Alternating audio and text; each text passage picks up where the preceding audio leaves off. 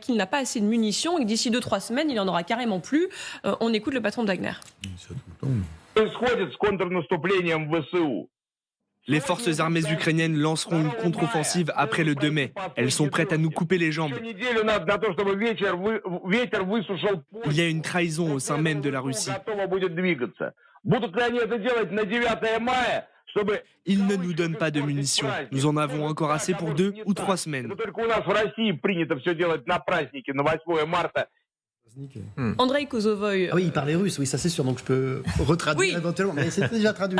C'était déjà traduit. Oui. Il parle de trahison au sein même de l'État russe. C'est pas la première fois qu'il pointe du doigt l'armée russe, les autorités russes, parce qu'il n'a pas assez de munitions. Prigojine, vous sentez exaspéré en écoutant le patron de Wagner. Oui, parce qu'il a l'impression qu'il joue un rôle. On a l'impression qu'ils jouent tous un rôle, on leur a donné une carte, on leur a distribué comme dans un jeu de rôle. Ils ont leur personnage avec leurs fiches, etc. Et on a Medvedev dans le rôle de l'alcoolique impénitent qui dit n'importe quoi, qui menace les autres de bombarder. C'est pas un rôle de composition par ailleurs. Alors, c'est sûr. Après, il en rajoute quand même un petit peu aussi, je pense, parce qu'on l'a laissé dans ce rôle-là. Et Prigojine, alors à un moment, on a commencé à fantasmer sur la capacité d'indépendance de Prigojine. Prigojine menace l'armée menace Prigojine, on a l'impression qu'il se tape dessus. Oui, c'est un panier de crabes, évidemment. Les Russes disent banque s paukami, une boîte avec des araignées. En France, on dit un panier de crabes. C'est un panier de crabes.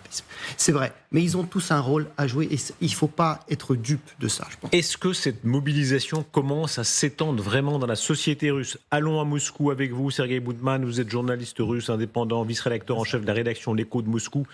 Question un peu naïve, autour de vous, chez les gens que vous connaissez, est-ce que vous commencez à constater, on sait qu'il y a des inégalités selon qu'on est dans les grandes villes ou dans les campagnes, vous commencez à constater ce recrutement toujours plus grand ?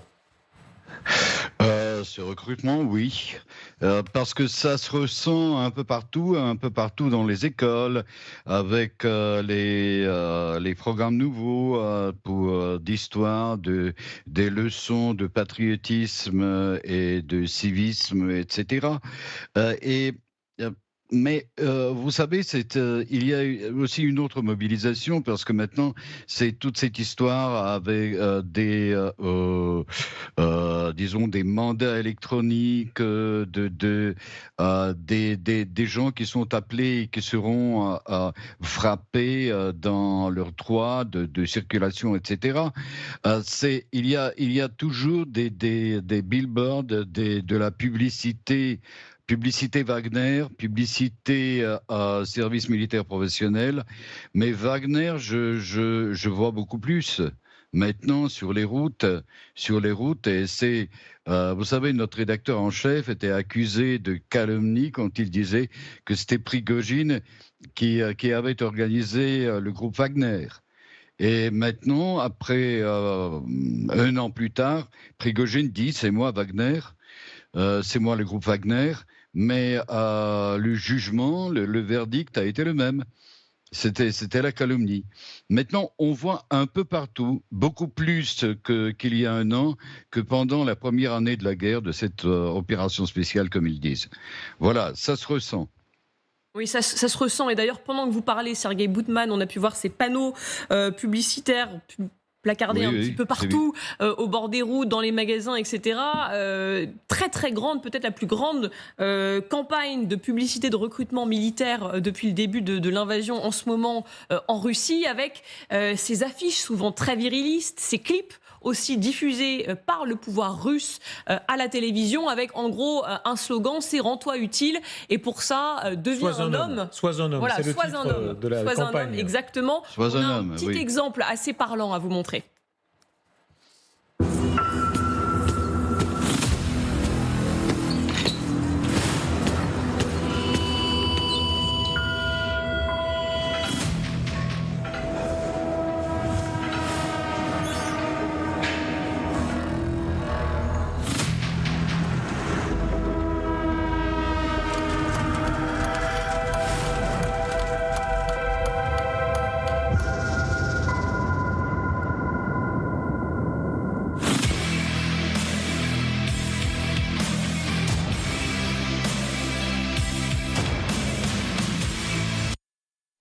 Sergueï Moutman, est-ce que ça fait écho, alors pas dans vos milieux, vous êtes l'opposition, journaliste d'opposition à Poutine, mais dans la société russe qu'on vient de voir, est-ce que ça fait écho à une catégorie, à laquelle? Je pense que ça... il y a une catégorie dans laquelle ça a déjà fait écho il y a un an même, et surtout pendant la mobilisation d'automne. C'était cette catégorie de jeunes gens de, je ne sais pas, de 25 ans à 40 ans qui ont de cette même opinion qu'on ne peut être homme véritable qu'étant militaire. Voilà, vous avez remarqué dans le clip que protéger et organiser la sécurité dans un supermarché, c'est honteux. Voilà, vous avez vu. Être sportif et mener un train de vie sain, etc., c'est honteux pour un homme. Un homme, c'est un militaire. Voilà, c'est simpliste, mais c'est ça ce qu'ils veulent dire. Ça peut séduire également les catégories modestes. Quand on voit le salaire qui leur est proposé, voilà ce qu'on leur propose, c'est 204 000 roubles, c'est-à-dire à peu près 2260 euros pour participer donc à l'opération militaire spéciale. C'est 10 fois le salaire minimum. Et puis ils ont des primes. S'ils participent à une action offensive, ils ont une prime quotidienne de 88 euros et de 500 euros pour chaque kilomètre conquis au sein d'une brigade d'assaut. Donc on voit aussi que le salaire, l'argent, c'est comme ça qu'ils comptent attirer ces centaines de milliers d'hommes. Moins dans les grandes villes, Saint-Pétersbourg, Moscou, plus dans les petites villes où l'ascenseur social est bloqué. C'est ça le plan Vera Grandseva?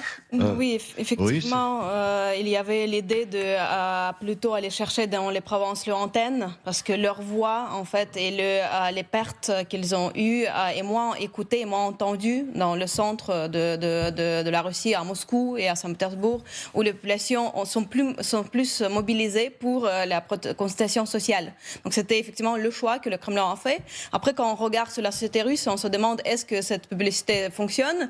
Moi, je ne vois pas trop des signes que ça fonctionne, parce que sinon, on aurait vu déjà des queues vers les centres de recrutement pour aller au front. Mais depuis mars 2022, on n'a pas vu ça. On a vu même au contraire que les gens russes essayaient d'échapper. Ils trouvaient plusieurs solutions pour ne pas aller au front. Il y avait les gens qui quittaient le pays. Je connais personnellement les gens qui, en septembre, quand la mobilisation a été décrétée, qui ont choisi de vivre chez leurs amis, ne pas utiliser le métro, presque vivre comme des criminels juste pour échapper à la mobilisation qui était décrétée par leur État. Donc pour moi, c'est un peu la guerre de partisans que le peuple russe fait contre le régime de Poutine pour effectivement échapper à la guerre. Après, il y a ceux qui n'arrivent pas à échapper. Et c'est ça, c'est eux qui deviennent un peu les otages qui doivent aller au front. Mais est-ce que sur le front, ces gens-là seront motivés pour vraiment aller combattre, tuer et vraiment amener le régime vers la victoire? Moi, je doute. D'autant que les Russes ont accès à ces vidéos qui circulent, qui sont publiées par les Russes eux-mêmes sur le front, qui se plaignent des conditions de leurs commandants, qui ne les aident absolument pas, qui les lâchent. On a une autre séquence qui vient d'il y a quelques jours de Russes, donc directement dans les tranchées. Regardez. Seryoga est en train de dormir. Et là-bas, c'est mon trou. On vit vraiment comme, putain, des sans-abri. On ne s'est pas lavé depuis au moins 1 mois.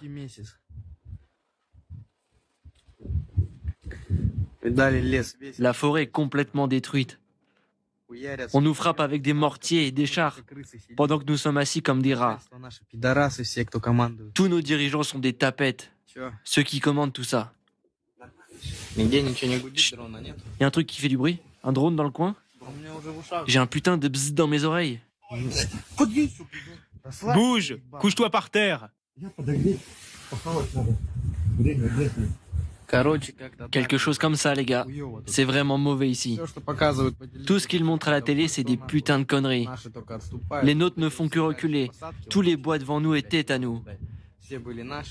Bien joué, les Ukrainiens.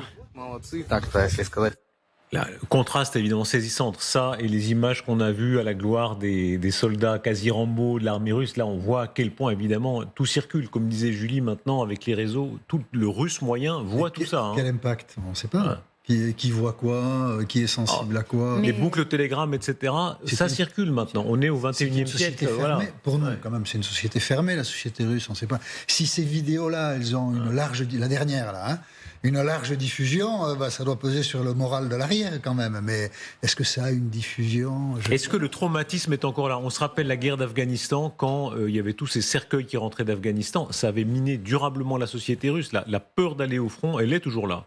Oui, alors il faut quand même relativiser par rapport, encore une fois, au conflit d'Afghanistan, 79-89. On en parlait, mais on en parlait dans les cuisines, n'est-ce pas, les fameuses cuisines soviétiques, et on n'osait pas en parler en public. Et en plus, il y avait d'autres différences. Évidemment, le contingent était limité. Ça n'avait rien à voir avec ce qui se passe aujourd'hui en Ukraine. Les images qui pouvaient être diffusées, enfin, j'imagine même pas des photos. Ce que les soviétiques lisaient de la guerre d'Afghanistan, c'était, la plupart du temps, nos soldats, effectivement, font leur devoir internationaliste. Les Afghans sont immensément reconnaissants pour l'aide apportée par leurs frères soviétiques pour arrêter cette guerre civile provoquée par les Américains et la CIA. Est-ce que Poutine sous-estime cela? On a vu ces témoignages qui disent que Poutine, c'est un homme de sa génération, il est septuagénaire, il aurait très peu de pratique des réseaux sociaux, peu de pratique du téléphone portable, encore qu'il y a certains, voilà. Est-ce qu'il sous-estime cet aspect-là? On est au 21e siècle, ça circule, on n'est plus dans cette société dont parlait Kosovoï, et on a vu, par exemple, en Serbie, quand Milosevic est tombé, il y a une génération d'anciens soviétique qui sous-estimait complètement ce changement. Mais vous savez, Poutine, il s'en fout complètement de tout ça. Et lui, il a donné l'ordonnance, il me faut 500 000, millions et demi, et après, il s'en fout. Et vous débrouillez. Vous savez qu'est-ce qui se passe aujourd'hui en Russie? Les invitations pour aller dans le bureau d'armement, avant, tu le reçois et tu ailles. Tu n'ailles pas, c'est comme tu veux après. Maintenant, il met une grosse tampon en disant... Qu'est-ce qu'il y aura si tu ne te présentes pas? Tu es prévenu tout de suite, toutes les peines que tu vas avoir si tu ne te présentes pas. Oui, parce qu'ils ont durci là-dessus. Avant, c'était des convocations. Et maintenant, ce qui se passe, maintenant, c'est les étudiants des grandes écoles de Moscou qui commencent à recevoir ces invitations. Donc, j'espère que ça va provoquer un certain mouvement pour éviter... Comme vous dites, la guerre des partisans, maintenant, ils vont fuir tout ça. Mais Poutine, il a donné l'ordonnance, voilà. Et selon Boudanov, chaque mois, les Russes recrutent 20 000 personnes. Pour le jour d'aujourd'hui, il y a 120 000 personnes qui ont été mobilisées, qui ne sont pas traversées encore la frontière ukrainienne, mais qui s'émassent du côté russe, à côté de la frontière ukrainienne. La masse, quand même, il faut rappeler que c'est un pays de 150 millions d'habitants, un peu moins maintenant, voilà, versus l'Ukraine qui est plutôt dans la ligue des 40 millions et quelques. Cette masse de soldats russes, même s'il y a des déserteurs, même s'il y a des objecteurs, ça fait beaucoup de monde. Oui, mais les potentiels, car il n'a pas déclaré la mobilisation générale. S'il déclarait la mobilisation générale, il pourrait peut-être avoir 10 millions de soldats. Mais si vous avez 10 millions de soldats, encore faut-il pouvoir les équiper, faut-il pouvoir les former, faut-il pouvoir avoir les blindés, il faut avoir les états-majors également, les officiers dont on sait qu'il n'y en a plus beaucoup. Donc, à un moment, ça ne sert à rien de mobiliser cette masse-là. Alors que de l'autre côté, la mobilisation générale existe, et donc les Ukrainiens ont vraisemblablement plus de soldats sous les armes que n'en ont les Russes aujourd'hui. Ça me paraît une évidence. Donc là, côté russe, s'il n'y a pas de mobilisation générale, c'est parce qu'ils sont conscients qu'ils n'en ont pas les moyens? C'est pour ça que c'est comme toujours en Russie. Aussi. Comme toujours en Russie, c'est compliqué. C'est-à-dire que je pense qu'il y a les deux. C'est-à-dire que, parce qu'ils ont quand même fait une mobilisation. Ils ont attrapé 300 000 mecs d'un coup, alors qu'ils n'avaient pas du tout les moyens. Ils étaient équipés pour 150 000 tous les 6 mois. Et là, on l'a vu sur la dernière. Donc ça a provoqué, évidemment. Donc l'ordre a été donné, ils l'ont fait.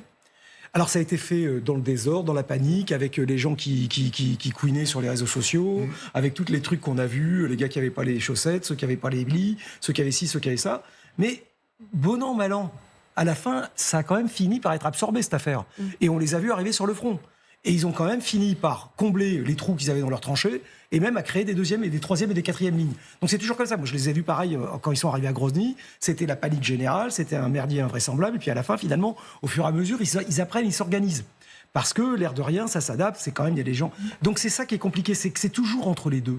Et que là, le vrai risque qu'il y a, c'est que si demain, et tous les renseignements occidentaux travaillent, voilà, c'est une des hypothèses. S'ils relancent, même si politiquement c'est compliqué, etc., une nouvelle liation de 400 000 hommes, vu la difficulté qu'il y a eu à absorber les 300 000 là, cet hiver avec Bakhmout, heureusement qu'ils ont fait la bêtise de Bakhmout, parce que les Ukrainiens, mais ils ont eu des pertes aussi, les Ukrainiens, sur cette affaire-là. Et le rapport de pertes, pour qu'il soit efficace, quand vous avez 40 millions, 140 d'un côté, c'est qu'il faut tuer 3 Russes, pour chaque fois vous perdez un mec. C'est pas gagné. Il y a la pression des milieux nationalistes, les ultranationalistes qui sont là pour dire il faut y aller plus fort. Écoutez, Girkin, c'est un des porte-voix de ce milieu-là, et il dit, lui, qu'on a besoin de beaucoup plus d'hommes très vite. Oui. Même juste pour tenir le front, nous avons besoin de mobiliser 200 à 300 000 soldats dans un futur proche, juste pour égaler à nouveau l'ennemi. L'automne dernier, lorsque celui-ci a subi de lourdes pertes dans les combats, malgré ça, il avait un avantage numérique important. Puis, quand 300 000 nouveaux hommes ont été mobilisés comme le ministère de la Défense l'a officiellement annoncé, nous étions quasiment égaux en nombre. Nous avons réussi à renforcer notre ligne de front et à former des réserves. 6 mois sont passés et au cours de cette période, nos troupes ont connu de lourdes pertes. Il n'y a pas seulement ceux qui ont été tués ou blessés, mais aussi ceux qui sont tombés malades et aussi les personnes qui n'ont pas été correctement recrutées et qui ont dû être renvoyées du front. Les pères avec trop d'enfants, les vieux, ceux trop malades pour pouvoir faire l'armée.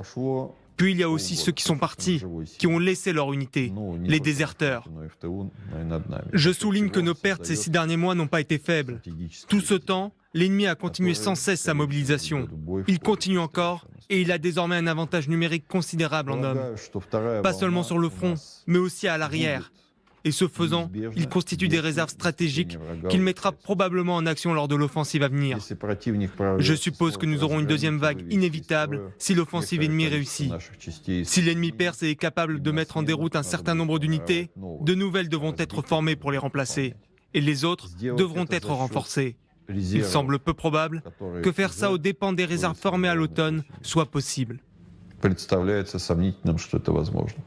Voilà, vous dites quasi mot pour mot, Didier. C'est agaçant, ce que dit Girkin. Parce que maintenant, alors chaque fois, je suis d'accord avec Girkin, qui est comme une horreur, qui est la pire des crapules, et Prigojine. Mais écoutez quand même la réponse très formelle de Dmitri Peskov, le porte-parole du Kremlin. Lui, il dit non, il n'y aura pas de deuxième vague de mobilisation. Alors peut-il le croire ? On l'écoute. Il n'y a pas de discussion au Kremlin au sujet d'une quelconque vague de mobilisation. Vous êtes toujours avec nous, Sergueï Moutman. Ce milieu, est-ce qu'il se fait entendre, ces ultranationalistes qui crient très fort? On les entend très fort ici. Il y a celui qui a été tué et maintenant Girkin. Oui, on les entend. Ils sont assez populaires parce que Feu Tatarsky avait plus de 500 000 abonnés. Et ce ne sont pas que des gens qui approuvent les idées de Tatarsky et de Girkin et des autres. Il y a des gens qui s'intéressent